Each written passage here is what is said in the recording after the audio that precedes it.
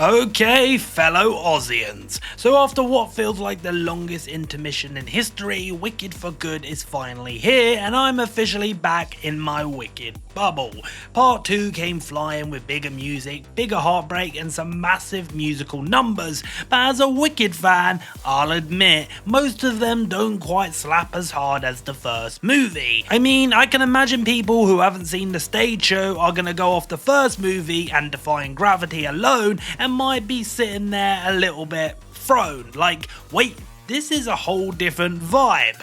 But we'll get to that. Because today we're jumping into Wicked for Good, the soundtrack, and ranking every single song because each one adds something different to the ending of this story. Some tracks lean into the emotion, some push the drama, and some genuinely took me by surprise. Either way, there's a lot to unpack, and it all plays a big part into how the finale lands. I'm Connor for Slurp, and this is every single song in Wicked Part 2 ranked from worst to best. Oh, and a quick bit of housekeeping, we cannot play the songs here because Universal will strike this video faster than Alphabet can melt. Understood? Wicked. Let's get into it. Okay, coming in last, but not least, well, maybe a little bit least, is number 11, The Wicked Witch of the East.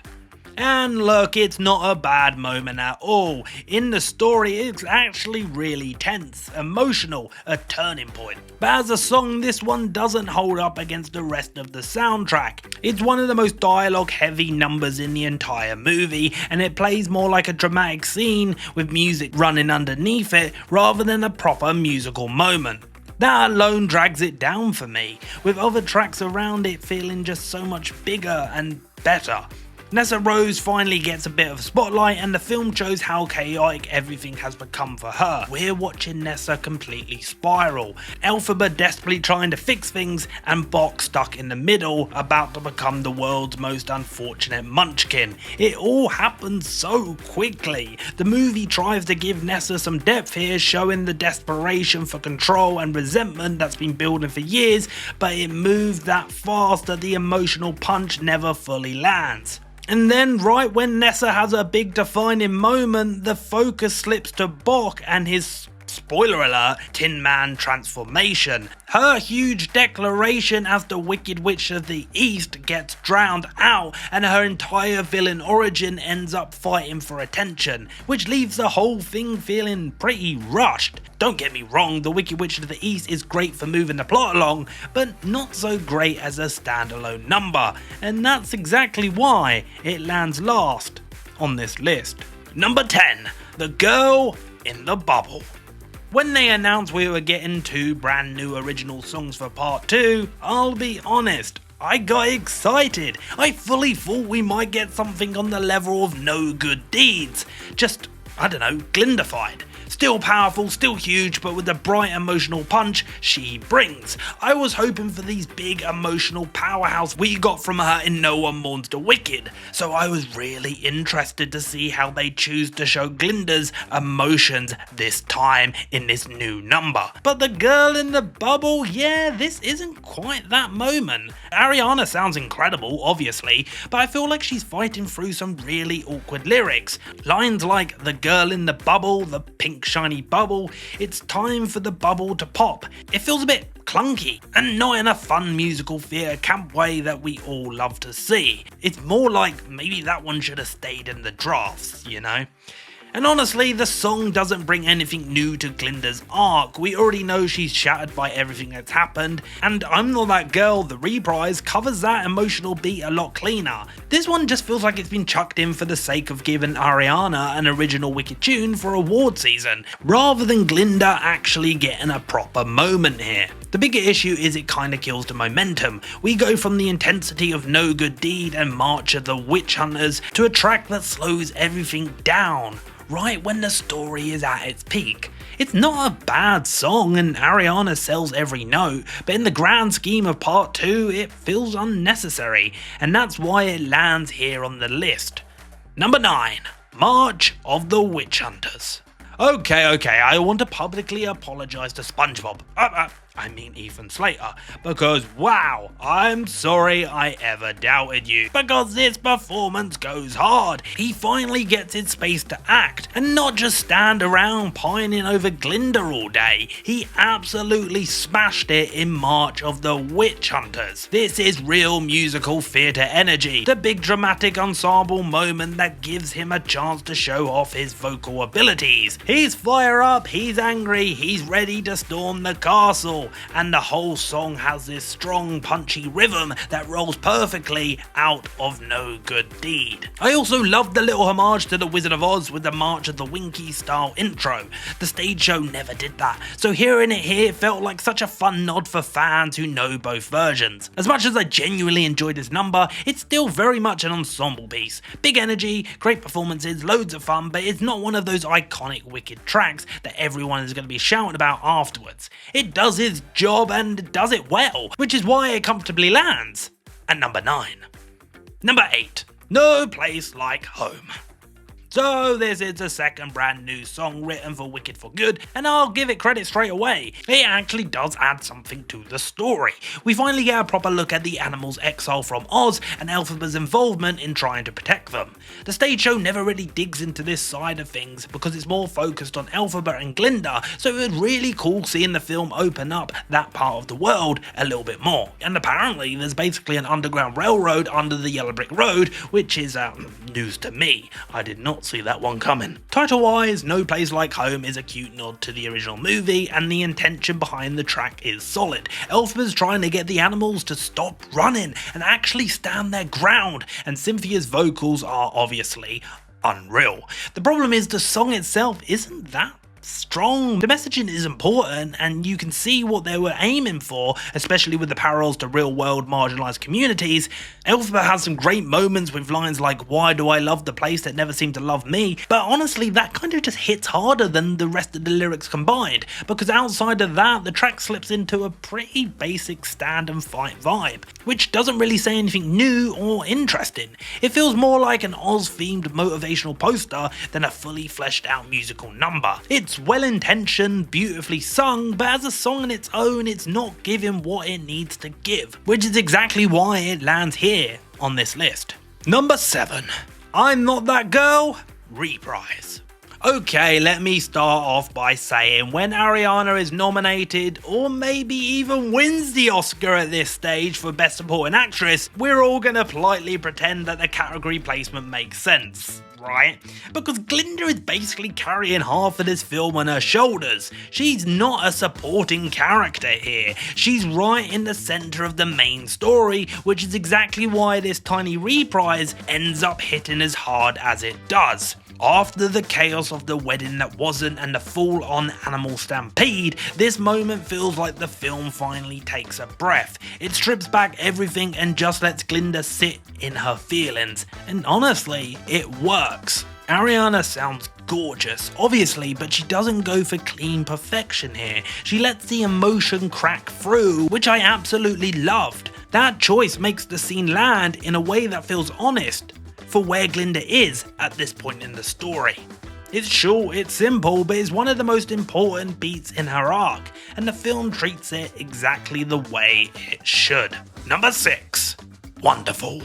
Honestly, Jeff Goldblum is probably the only person alive who can get away with half speaking, half singing his way through a musical number and still making it feel charming.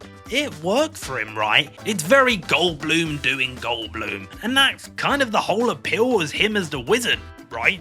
The scene itself is buzzing with props and movement, which is definitely one of Chu's go-to choices in this film. The whole scene has this big, showy, old-school musical theatre vibe, and it fits the wizard's whole "look at me, I'm a liar, but at least I look fabulous" energy perfectly. It's colourful, it's fun, and it leans into the theatricality in a way that feels right for this moment. The bigger moment in this number comes from the song basically turning into a Wizard-Glinda duet. In the stage show, it's meant to be the Wizard's number with Elphaba stepping in, but the movie shifts the focus to a new angle. which makes so much more sense. And then of course we get yet another tiny nod to defying gravity as Glinda tries once again to nudge Elphaba into playing nice with the wizard. And I can't lie, I'm absolutely the type to fall for a few bars of a better song layered on top of a weaker one, so I just love this version. But even with the nostalgia bait, Wonderful isn't climbing anywhere near the top of this ranking. It's entertaining, it's colourful, Goldblum does his thing, but as a musical number, it's sitting comfortably in the lower half of our list. Number 5. Thank goodness, I couldn't be happier.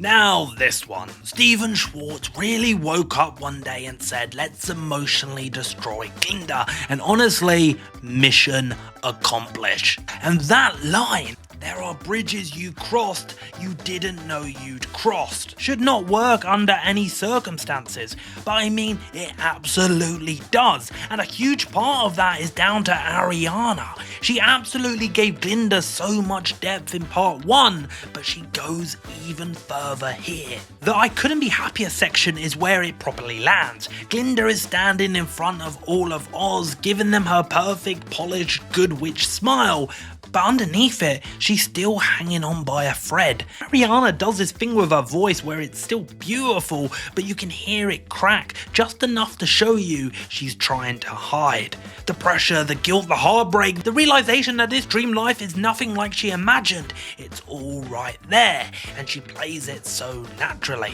And honestly, the song matters because it finally pulls back the curtain on what Glinda is actually going through. She's technically at the top here. She's adored by the Ozians, but she's surrounded by propaganda that's using her as a shiny front. She has almost zero control over her own life. The movie makes that really clear. She's benefiting from the system, yes, but she's also trapped inside of it. You can feel how heavy that is for her. The rest of the number is very Oz doing what Oz does best. Chatter, gossip, conspiracies, a bit of Elphaba panic sprinkled in for flavour. It shares DNA with No One Mourns the Wicked, just from a different angle. But what pushes this song higher on this list is Glinda's performance in the middle of all of it. She's standing there trying to hold herself together, pretending everything is fine, while everything is actually falling apart. It's layered, it's emotional, and it gives Glinda one of the strongest moments in part 2. Number 4.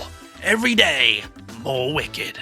Kicking off part 2's soundtrack is Every Day More Wicked, and honestly it sets the vibe immediately. The second film wastes zero time letting you know how things have gone dark. Oz is on the edge, everyone's panicking, and Elphaba has basically become the country's full-time boogeyman. The Ozians are being fed this constant stream of fear and propaganda, and you can feel how worked up they've all become about the threats that, let's be real, they don't even really understand. It's paranoia central, and the song leans all the way into that. Now, is it as iconic as No One Mourns the Wicked? Well, no, of course it's not, but it doesn't need to be. What this track does is give us some context that we need. We get a clear sense of how much Oz has changed since Glinda and Elphaba split paths, and how easily the whole place slid into fear-mongering and blame shifting. It's a grim reality check that immediately grounds and sets up part 2.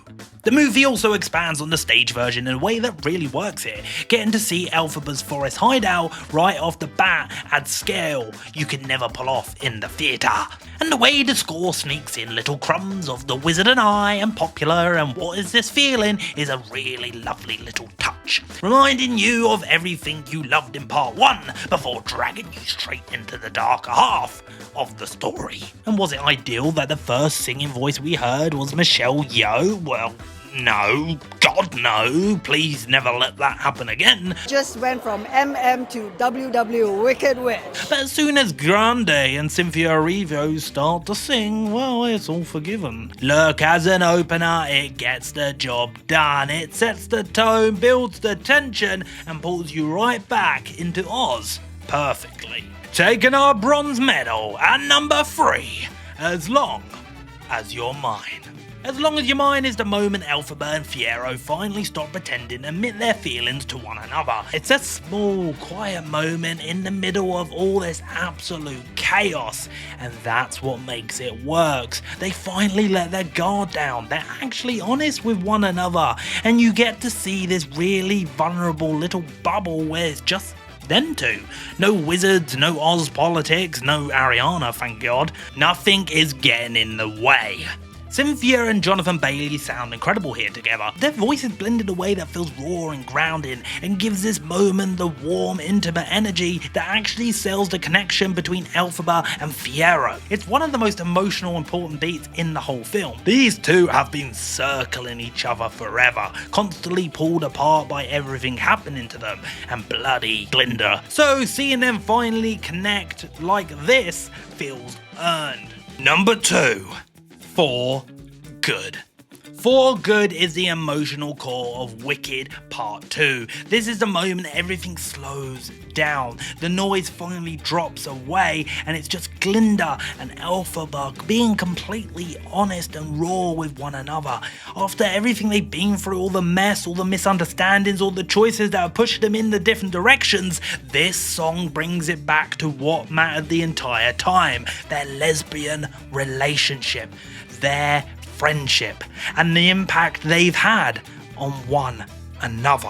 What makes this version so strong is how grounded it feels. Cynthia and Ariana sound unreal together, but it's not just about the vocals. There's a softness to the way they sing to each other that makes it all feel painfully real, like they're actually letting their walls drop for the first time. You can hear the gratitude, the hurt, the love, the acceptance all wrapped up in the same breath. It hits harder because it's not trying to force a perfect ending, it's letting these two say what they've always needed to say.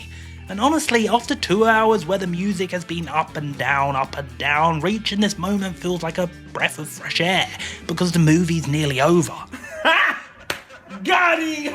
Because it's powerful without being showy, emotional without being melodramatic, and it ties everything together in a way the rest of the movie could have really done with. And no, it doesn't have the sheer spectacle or grand finale energy of ending on something like Defying Gravity, but that's the whole point. A giant power ballad just wouldn't fit where these characters end up. This is a quieter, more honest ending for their story, and it makes sense. It doesn't magically turn part 2 into the level of the first film, but it's a beautiful song, and it does give Glinda and Elphaba's story the final note it deserves.